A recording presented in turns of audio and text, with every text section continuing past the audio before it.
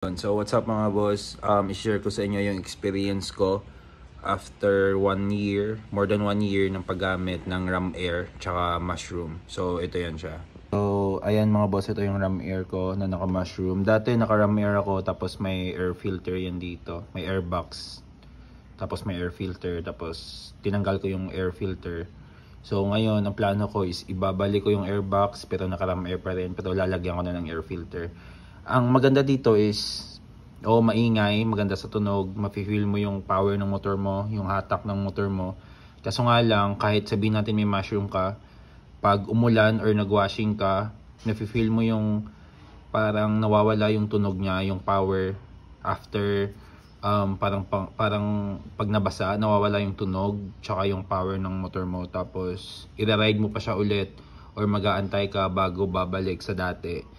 So yun lang yung parang naging downside sa akin. Tapos when it comes to performance, para sa starting tsaka sa mid, okay siya. Pero pagdating naman sa duluhan or sa malayuan na nafe-feel mo na parang nawawala yung power ng motor ko, imbis na hahatakin ka pa, parang pumipigil siya. So yun yung naging downside ko dito.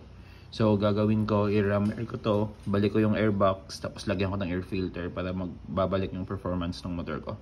So yun lang mga